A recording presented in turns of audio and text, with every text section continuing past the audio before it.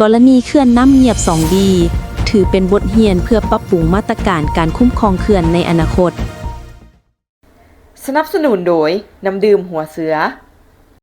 ในปี2025นี้เป็นปีที่ประเทศของเฮาและในภาคพื้นอาเซียนได้รับผลกระทบอย่างหนักหน่วงจากพายุเขตร้อนหลายหัวที่เกิดขึ้นอย่างต่อเนื่อง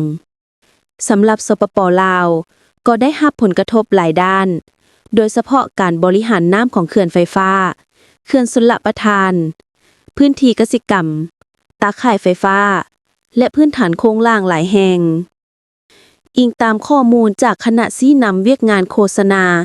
และประชาสัมพันธ์แขนงอุตสาหกรรมและการค้าให้ฮู้ว่าเขื่อนมี2ลักษณะคือ 1. เขื่อนที่มีอ่างเก็บน้ำขนาดใหญ่เช่นเขื่อนไฟฟ้าน้ำงึมหนึ่งที่สามารถเก็บน้ำได้สูงสุดถึง 7,030 ล้านเมตรก้อนสามารถรองรับน้ำฝนได้จำนวนหลวงหลายเพื่อชะลอบ่ให้ปริมาณน้ำจากพายุฝนไหลลงตอนหลุมเขื่อนเพื่อบ่สร้างผลกระทบน้ำท่วม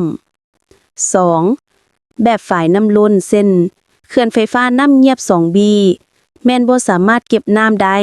หมายถึงถ้าฝนมาก็ให้เกิดมวลน้ำหลายเท่าใดก็จะไหลเข้าเขื่อนไปในปริมาณเท่านั้นตัวอย่างน้ำไหลเข้าอ่าง 1,000 เมตรก้อนต่อวินาทีก็ไหลออกจากเขื่อน 1,000 เมตรก้อนต่อวินาทีเปรียบเหมือนบ่มีเขื่อนหรือว่าเขื่อนบ่ช่วยดัดสมเข้าและบ่ได้ปล่อยน้ำเพิ่มจากน้ำฝนที่ตกลงมาหนึ่งในบรรดาโครงการที่ได้รับผลกระทบหลายที่สุดแม่นโครงการไฟฟ้าน้ำเงียบ 2B ที่ตั้งอยู่บ้านภูกาเฟเมืองคูนแขวงเสียงขวางโครงการนี้เป็นเขื่อนเบตงขนาดน้อยมีความสูง9 เมตรและมีประตูระบายน้ำ4ปล่องในคืนวันที่29 กันยายน 2025พายุบัวลอยได้พัดเข้าในเขตนั้นเฮ็ดให้เกิดฝนตกหนักและน้ำไหลเข้าอ่างเก็บน้ำอย่างไววาน้ำที่ไหลเข้าอ่างเก็บมีปริมาณสูงฮอด 1,359 เมตรก้อนต่อวินาที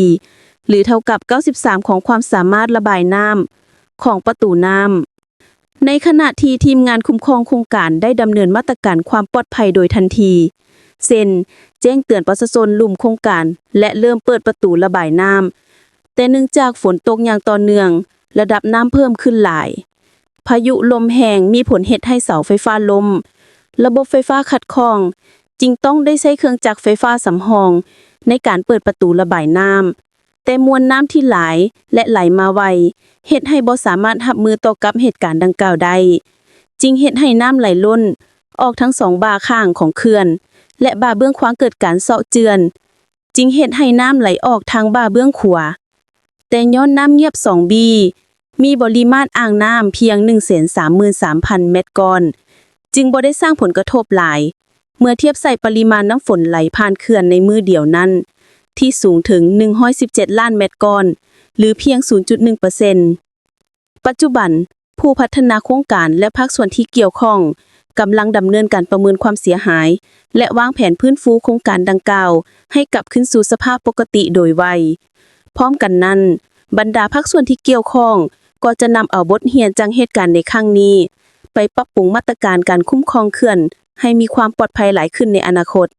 ความซื่นใจมีหน้าตาเป็นแบบใดหน้าตาซื่อๆแต่เห็นแล้วซุ่มซื่นหัวใจน้ำบ่น้ำดื่มหัวเสือคุณภาพเดียนคำระดับสากลตื่มความซื่นใจห่วงใยทุกเวลา